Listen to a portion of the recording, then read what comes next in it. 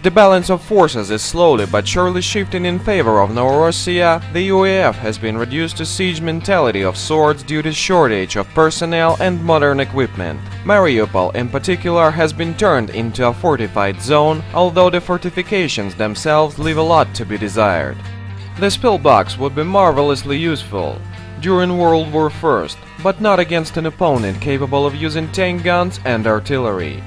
And since you can't have trench warfare without trenches, they too play a large role in Ukraine's defense strategy. No doubt because the money was stolen. UAF's Prosecutor General Anatoly Matios is continuing his crusade against corruption in the military.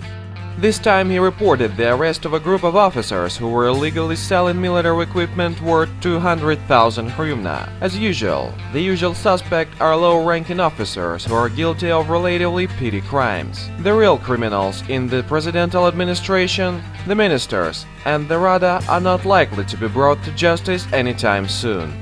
In spite of the relative calm at the front, the UAF is continuing to suffer casualties at a steady pace. A Ukrainian draftee was shot at a checkpoint in Mariupol, apparently by a more senior-ranking contract soldier in the course of an argument.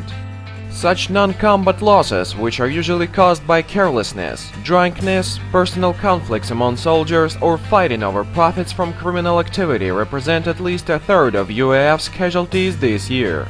One would expect these losses to be even higher, considering the lack of professionalism of individuals tasked with training Ukrainian soldiers, as evidenced by the following live fire training video from the White Wolf Battalion, whose soldiers appear to be competing pretty hard for this year's Darwin Awards.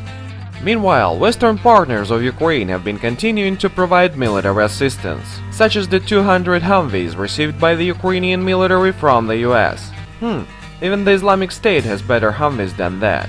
Couldn't the US supply the same quality vehicles to Ukraine that it's supplying to the Islamic State?